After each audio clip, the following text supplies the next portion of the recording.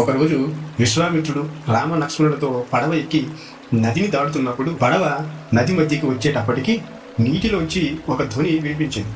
రాముడు విశ్వామిత్రుడిని చూసి అదేమిటి అని అడిగాడు. అందుకు విశ్వామిత్రుడు, బ్రహ్మదేవుడు కైలాస పర్వతం మీద తన మనస్సుతో ఒక సరస్సును సృష్టించాడు.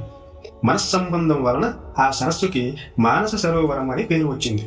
సరయూ నది ఆ సరోవరంలోనే పుట్టింది. అందుకే ఆ నదికి సరయూ నది అని పేరు వచ్చింది.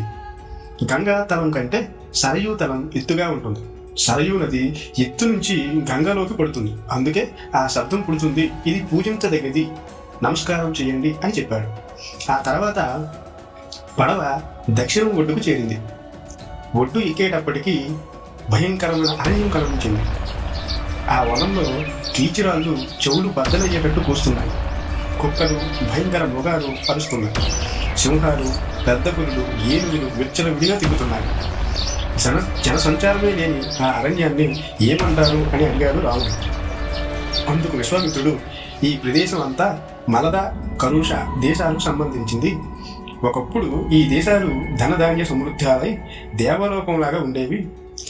వృత్రాసురుణ్ణి సంహరించడం వలన దేవేంద్రులకు బ్రహ్మహత్యా పాతకం చుట్టుకొని దాని వలన తనకి మాలిన్యము, ఆకలి ఎక్కువ. అప్పుడు దేవతలు, మహర్షులు ఇంద్రుణ్ణి గంగా నదిలో స్నానం చేయించి ఆ మాలిన్యాన్ని, ఆకలిని పోగొట్టారు.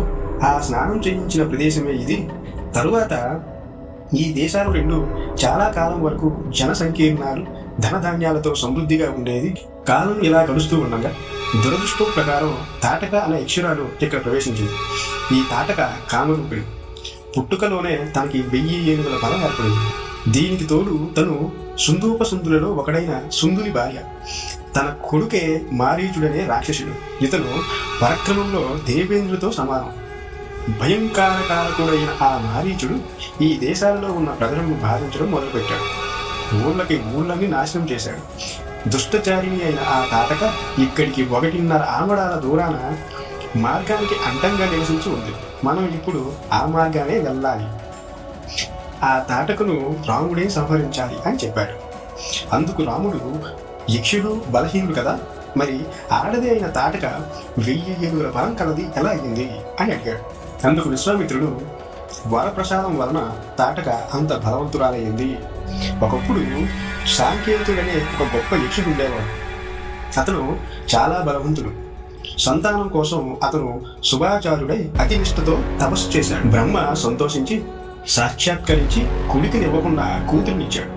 తనకు 1000 ఏనుగుల బలం కూడా ఇచ్చాడు. ఆమె ఈ తాటక. ఆమె పెరిగి పెద్దదయ్యింది. సుకేతుడు తనను జర్గుని కొడుకైన సుందునికిచ్చి పెళ్లి చేశాడు. కొన్నాళ్లకు తనకు మారీచుడు అనే కొడుకు పుట్టాడు. ఏదో కారణం చేత అగస్త్యుడు సుందుని చంపేశాడు. ఆ విషయం తెలియగానే మండిపడింది తాటక. కొరికి తినేవేద్దాం అని కొడుకుతో కూడా అగస్త్యుడి మీద పడింది. అది చూసి ఆ మహర్షి, నువ్వు రాక్షసుడి వైపో అని మారీచుడిని క్షపించాడు. వికృతముఖవై, కురూపివై, రాక్షసువైపోయి మనుషులను తింటూ పడి ఉండు అని ఆ మహర్షి తాటకును కూడా శపించాడు.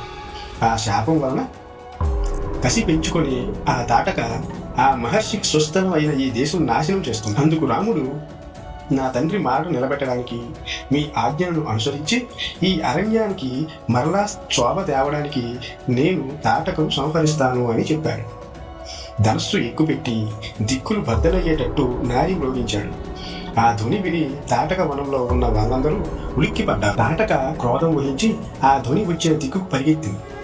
క్రోధ పరవశురాలని చేతులెత్తుకొని రాముడి మీదకి ఉరికింది. రాళ్లను విసిరి చికాకు పరిచింది. రాముడు ముందు బాణాలతో ఆ రాతి వర్షం తప్పించుకొని అది ఇంకా మీదకు వస్తూ ఉండగా తాటక చేతులు 2 తెగవేశాడు. దాంతో అలసట పొంది తాటక సమీపాన పడిపోతూ ఉండగా లక్ష్మణుడు తన ముక్కు, చెవులు కోసేశాడు. వెంటనే తాటక గర్జిస్తూ రామరూపిణి అయి అనేక విధాల అల్లరి పెడుతూ మళ్లీ రాళ్ల వర్షం ప్రారంభించింది. ఎటు తిరిగిన రాళ్ళు పడుతూ ఉన్నాయి. ఇప్పుడు శబ్దవేద చేసి రాళ్ల వాన ఆపు చేశాడు. అంతటా తాటక రామలక్ష్మణుల మీదకు ఉరికింది. వెంటనే రాముడు పిడుగులాగా వస్తున్న తాటక గుండెల మీద బాణంతో కొట్టాడు. దాంతో బొబ్బలు పెడుతూ కూలిపడి తాటక చచ్చిపోయింది. తాటక చావడంతో ఆ అడవి కుబేరునికి ఉద్యానవనమైన చైత్రరథంలా విరాజిల్లింది. అటు పిమ్మట రాత్రి అంతా గడిచిపోయింది. రాముడు చేసిన పనికి సంతోషించిన విశ్వామిత్రుడు రామునికి అస్త్రాలను ఇవ్వాలనుకున్నాడు. ఈ అస్త్రాలన్నీ కామరూపాలు, చాలా శక్తి కల. ఇవన్నీ రామునికి లభించాయి. విశ్వామిత్రుడు శుచి చేసుకొని తూర్పుముఖంగా కూర్చొని ఈ మంత్రగ్రామం అంతా పరమ ప్రీతితో రామునికి ఇచ్చాడు. తరువాత ఉపసంహారం కూడా నేర్పించి ఇంకా అనేక మంత్ర అస్త్రశస్త్రాలను ఉపదేశించాడు. అక్కడి నుండి వారు మళ్ళీ బయలుదేరారు. కొంత దూరం వెళ్ళేటప్పటికి ఒక ఆశ్రమం కనిపించింది. అదొక పర్వతానికి దగ్గరగా ఉంది. అప్పుడు రాముడు, రాక్షసులు మీ యజ్ఞం భగ్నం చేస్తారని అన్నారు కదా, ఆ యజ్ఞం జరిగే ఆశ్రమం ఎక్కడుంది, వాళ్ళను నేను ఎక్కడ చంపాలి అని అడిగాడు. అందుకు విశ్వామిత్రుడు, ఇది సిద్ధాశ్రమం. శ్రీ మహావిష్ణువు తపస్సు చేసుకోవడానికి, యోగ సిద్ధి పొందడానికి ఇక్కడ వందల కొద్ది యుగాలు నివాసం ఉన్నాడు. ఇది వామనుని పూర్వాశ్రమం. ఇక్కడ మహా తపస్సారి అయిన కాశ్యపుడు తపస్సు సిద్ధి పొందాడు.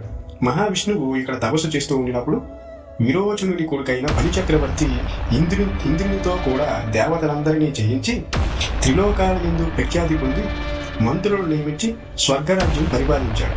ఇక్కడ బలిచక్రవర్తి యజ్ఞం చేశాడు.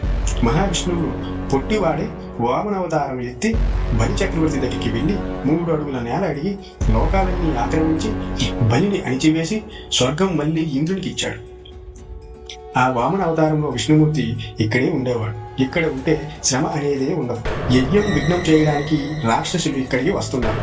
అప్పుడు రాముడు ఆ దుష్టులను ఇక్కడే సంహరించాలి అని ఆ సిద్ధాశ్రమంలో ప్రవేశించాడు. కొంచెం సేపు తర్వాత విశ్వామిత్రుడు యజ్ఞదీక్ష స్వీకరించాడు. రాజపుత్రులిద్దరూ కంటికి నిద్ర అనేది లేకుండా 6 రాత్రులు ఆ దీక్షలో ఉన్న వారిని రక్షిస్తూ ఉన్నారు.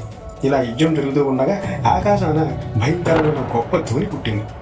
వర్షాకాలంలో మేఘాలు ఆకాశం అంతా కప్పుకుంటూ ఎలా వస్తాయో అలా మాయ చేస్తూ వచ్చి రాక్షసులు ఆకాశం అంతా నిండిపోయారు. మారీచుడు, సుబాహుడు లెక్కలేనంత మంది రాక్షసులతో వచ్చి రక్తవర్షం కురిపించారు. ఆ రక్తం వీధి మీద పడింది. వెంటనే రాముడు పరమభాస్వరం అయిన అస్త్రంతో మారీచుణ్ణి గుండెల మీద కొట్టాడు. ఆ మానవ అస్త్రం 100 మడల దూరం ఎగరగొట్టి మారీచుణ్ణి సముద్రంలో కూలగొట్టింది. దివ్యము అద్భుతము అయిన ఆగ్నేయాస్త్రం సుబాహుని గుండెల మీద పెట్టి కొట్టాడు.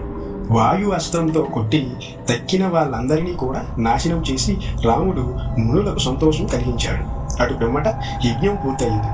విశ్వామిత్రుడు చాలా ఆనందించాడు. వచ్చిన పని చక్కగా నెరవేరడం వలన చాలా ఆనందించి ఆ రాత్రి అక్కడే గడిపారు.